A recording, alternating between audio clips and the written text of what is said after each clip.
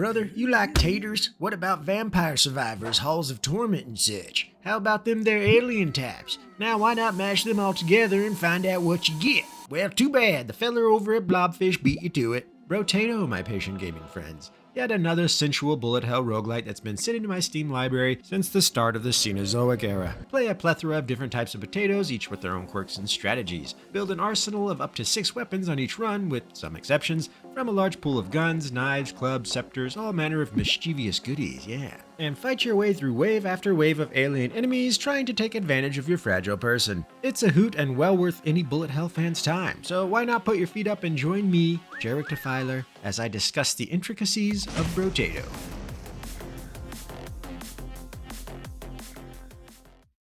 Well, hello ladies and gentlemen, Jarek Defiler, the patient gamer here with the ever so addictive Brotato. Developed by solo dev Blobfish, Brotato smashed its way onto the indie scene back in June of 2023 and has been going strong ever since. Huzzah! You know, there isn't exactly a shortage of bullet hell roguelites out there in the market, but what fascinates and impresses me is that despite it being such a simple formula, there are a great deal of titles that somehow still manage to bring something different to the genre. Vampire Survivors has its subtle item crafting system and slot machine-like graphics. Halls of Torment has its unique itemization that blends RPG elements with a Diablo-esque aesthetic. And although I haven't played it yet, Hordes of Hell seemingly brings some more modern graphical fidelity and heavy RPG elements to the table as well that has it stand apart. Looks nice, but I'm invoking patient gamer rights on this one. So what does Brotato bring to the table that makes it stand out in an indie market that's somewhat saturated with bullet hell roguelites? Well, let's take a look and see. But before we get started, let me just say that this video is reviewing the original game as well as the Abyssal Terrors DLC. So be sure to like the video, share it with a gaming friend, and subscribe if you'd be so kind in order to stay informed on other patient gaming and recent titles, and just enjoy some fun, silly gaming videos breakdown, yeah. Now, for those not familiar with the genre, bullet hell roguelites are a fun type of game where you control a singular character that takes on hordes of enemies, usually in waves. As each wave or your character progresses and gets stronger, so does the enemy. They'll begin to spawn different variants with different attacks and stronger stats, all with the goal of turning your supple insides to the outside. In this particular vein of the genre, your character does auto attacks where they will attack themselves whenever an enemy gets within range. For the most part, you simply control their movement. This is in contrast to bullet hell shooters such as the iconic and ever sensual Enter the Gungeon, where you control the character's movements and attacks as well. So with Brotato, you simply run around a fairly small arena, taking out aliens that spawn in, as seen with all these red X's here.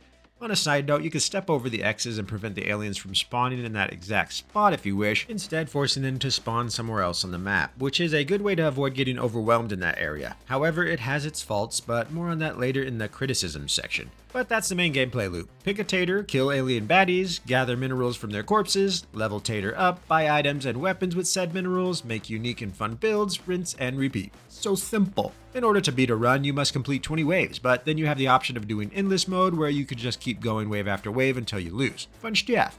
So let's talk about the fundamental uniqueness of Brotato, that of the potatoes themselves. Unlike other bullet hell roguelites, Brotato grants you an immense arsenal of potato bros, the characters you play. There are far too many to cover here, but you have a plethora to choose from and each is unique and special in their own way, even down to the somewhat default well-rounded tater.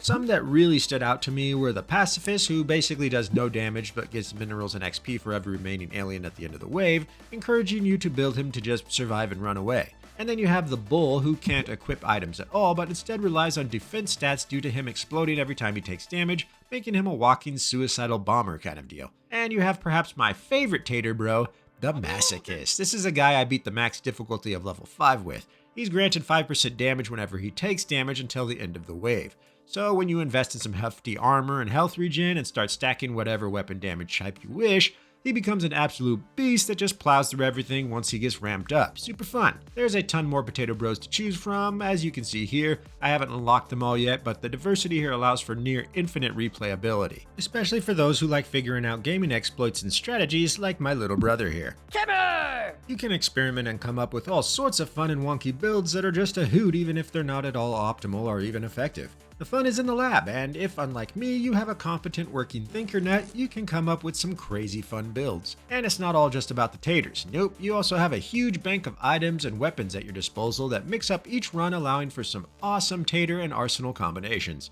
The 3 damage types are range, which naturally allows you to take out enemies from a distance, melee, which tend to be stronger attacks at the cost of being closer to the enemy, and elemental, that affects things like your fire and lightning attacks that usually hit or spread across multiple enemies.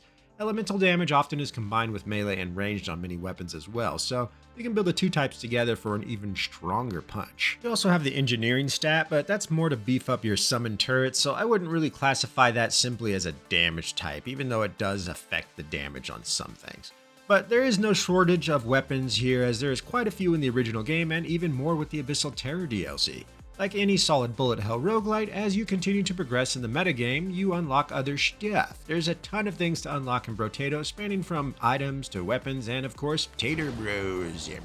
I have over 63 hours in Brotato and I'm still unlocking stuff. Granted, I only play on difficulty level 5 just for the hell of it for the most part, which is odd as I tend to not seek challenges in my single player games. But as a result, my success rate on winning runs is pretty low at the moment. Yeah, but tons of bang for your buck here, especially given the price. Now, as I mentioned before, each tater bro has their own stats, many with their own unique modifiers, like not being able to wield weapons or having a max dodge cap of 90 instead of 60, things like that. And that just injects even more fun experimentation into the game, because the stats are a very important part of building your tater bros. On top of the aforementioned ranged, melee, and elemental damage stats, which find each point adding one value of damage to your given weapon attack, you also have the damage percentage stat that increases the overall damage your tater does. So if you have a base of 5 range damage and you get 100% damage percent modifier, then you're doing 10 damage. So it's worth investing in both stats for an optimal approach. But you also have other important primary and secondary stats, such as armor that reduces damage received per hit, speed that makes you run faster, health regen so you can have some utility in the longer fights, health stealing, which is a bit wonky to be honest, and some more unique stats like luck and harvesting that affect your mineral gathering rate, and consumable drops like fruit trees and crates that grant you health or items. There's a lot of stats, too many to cover here, but let that be a positive in the book of gamers, because it just means more fun stuff to tinker with, and I know you boys and gals love that, don't you? Moving on to items. Items are basically your passives that you can buy in the shop along with your weapons. They're numerous and are capable of being game-changing or breaking in some instances if you're a moron like me and don't properly read before you buy something. You got stuff that will be simple, like increasing your health regen, to items that spawn turrets to fight for you, or an item that makes you explode for a ton of damage once a wave. Lots of innovative trinkets indeed, yes. Again, far too many items to cover here, as there are quite literally over 230 of them in the game, but take my word for it in that they are very well crafted and fun, with decent balance overall, allowing for some really fun and unique builds. I dig the items like dug graves or something. The difficulties in Brotato feel adequate and ramp up nicely. There may be a few difficulty spikes and even walls at some points when you first start out, but as you learn the game and get used to things, you figure the enemies and waves out just fine and adapt accordingly. With the higher difficulties, you'll find yourself going up against some pretty gnarly elite mobs that can just wreck you if you're not careful. So try not to get cocky and be sure to go in with a level head and a dash of cautious resolve. But as far as I know, you can unlock all the items, tater bros, and weapons in the game on the default most basic difficulty, so you don't have to play higher difficulties if you don't want to, which is pretty great breakdown. It's not like Against the Storm, which I adore, where you have to play harder and harder maps to unlock things nearing the endgame. I have no idea why they would do that in a roguelite. The player should be able to beat the game on the easiest difficulty if they wish, but Blobfish in his infinite wisdom didn't do it here, so bravo, let the players play how they want. Nah, I mean. One last positive I want to say here is, for the most part, the game is pretty good at giving information to the player. Like any good roguelite, it has a nice bestiary, achievements, item, and weapons page. Any items you have that gain permanent stats along your runs will always have those stats shown on the item itself, so you can see how much damage that weapon has done, or how much bonus stats it's garnered. Pretty good stuff. There will be some times that you may have to look up a wiki or ask an AI on the more nuanced aspects of Brotato's mechanics, but usually the game has most of the information there you need. So as you can see, I rather enjoy Brotato and all its tato-y goodness. But what issues do I have with it, as no game is perfect outside of Divinity Original Sin 2? But what are my criticisms of Brotato? I don't have too many issues with this succulent title, to be honest, but for starters, I do think at times you're pressured to invest in specific stats in order to succeed specific waves, unless you're playing a very specific tater bro in that regard. For instance, some waves have these very dangerous charging enemies and chasing enemies that will run you down and just destroy you. So it feels like you almost always have to invest in speed at some point. Now, you don't have to, and for sure there are a variety of other things you can invest in to counter this, like armor and health regen, or just straight up damage to kill anything before it gets close, but more often than not, speed will be the optimal choice here. So is it a must to have specific stats in every single run?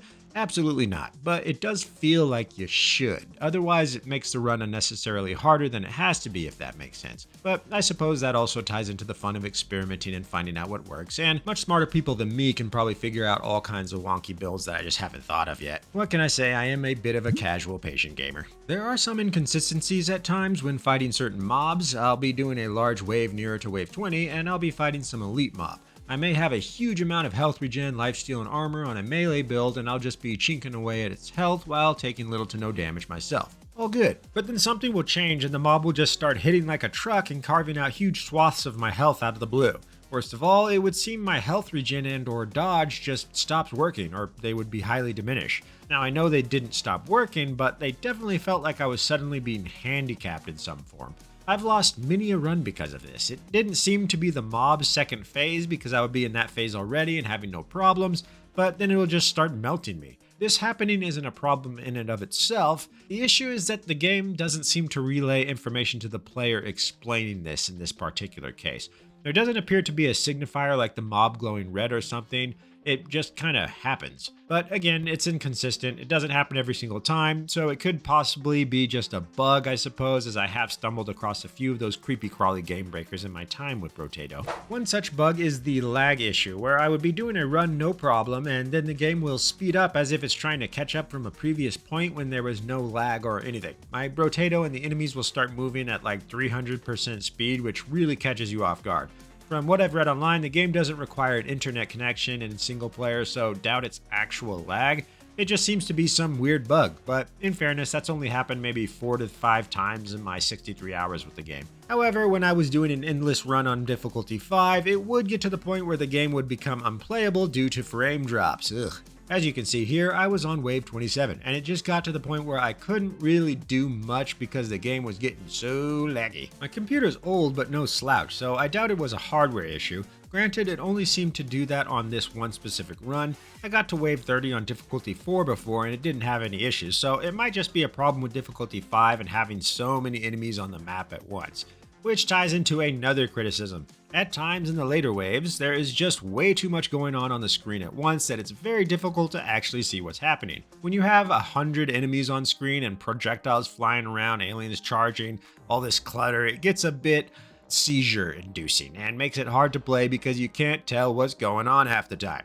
Another issue I had with Taters and Bros is the lifesteal. It really has to be invested heavily into in order for it to be really effective. In the earlier waves, you can get away with just 1 to 4 points for the most part, but when you need it most, it really has to have a lot, and it just never feels like it's doing its job outside of a few exceptions like using it with the vampire or lich. That said, it seems more useful on the items themselves than just investing in it willy-nilly, so getting the medical gun or medical scissors will find you having some good sustain, but without those types of items, it just feels like it's not very useful. Now, I know it can be, but it seems like you have to put more into it than you're getting out of it kind of thing. I found myself having much more success with just stacking health regen and armor or dodge. Overall, lifesteal feels very situational, but I'm sure people smarter than me know the numbers and the strategies that can make proper use of it. I'm just a dumb patient gamer, so me. When re-rolling stats after leveling up, a lot of times the RNG can just screw you hard. I was doing a hiker run and was trying to get as much movement speed as possible, and it would take me 5+ re-rolls in the stat choosing screen you get at the end of each wave to finally get a speed stat. This is a huge problem when it comes to armor as well. Maybe it's just my luck, but re-rolling to try and get armor is a nightmare and takes so many tries that it's usually not worth it in the long run. Not sure what could be done about that. It's all just RNG really, but yeah, feels bad, man. Now, I'm not sure if this is a true criticism, but the Wave 20 bosses are just super easy compared to the elite mobs in the rest of the game. I never struggled a single time fighting the main bosses like I did with the elite mobs you find scattered throughout the prior waves. They're just not that hard to fight at all. Part of that may be due to the other enemy spawns being reduced during the boss waves, but yeah, they're just not hard at all, even on difficulty 5 where 2 bosses spawn at once. So, good or bad? Take it as you will, I guess. There is another problem with hitboxes at times, as mentioned before, mainly when you're trying to pick up items or step on the red X's. The red X's in particular have issues as many times you will try and step on them to have the enemy spawn elsewhere, just for it to not register you stepped on it, and thus the enemy spawns on top of you and either dies or instantly hits you depending. This is a big problem when trying to pick up fruits and crates that heal you as well. If you have a big mob chasing you, chances are you need those health consumables, so it not registering you picked it up forces you to ditch it or try and circle back and grab it again. Bit of a problem. Lastly, I played the game with both mouse and keyboard and a controller, and the controller is far superior. No biggie really. However, when using a controller and navigating the menu in the shop between waves, it is very janky and will fight you a lot. It takes several tries to get your selection down given the number of options on the screen, and the controller's pathing just does not want to cooperate most of the time. Using the D-pad is a bit more helpful than the joystick, but at the end of the day, it can get very frustrating trying to navigate the menus.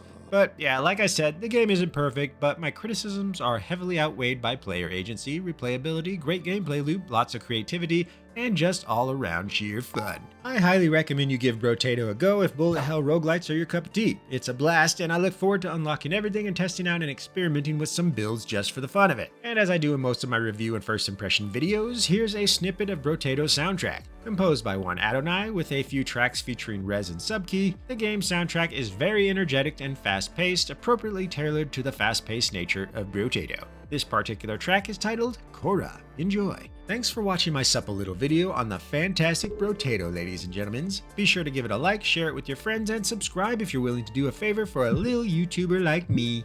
As of writing this script on December 9th, 2025, Brotato is on sale on Steam until December 17th, going for $2.99 American, with the Abyssal Terrors DLC going for $3.19. Well, with the price for the amount of replayability you can get from this awesome game, so why not give it a go, you sexy gamer beast you? This has been Jarek Defiler, wrecking baddies with some tater bros. You all have a good morning, afternoon, evening, or night, depending on where you are. And go squish some aliens, yeah, breakdown.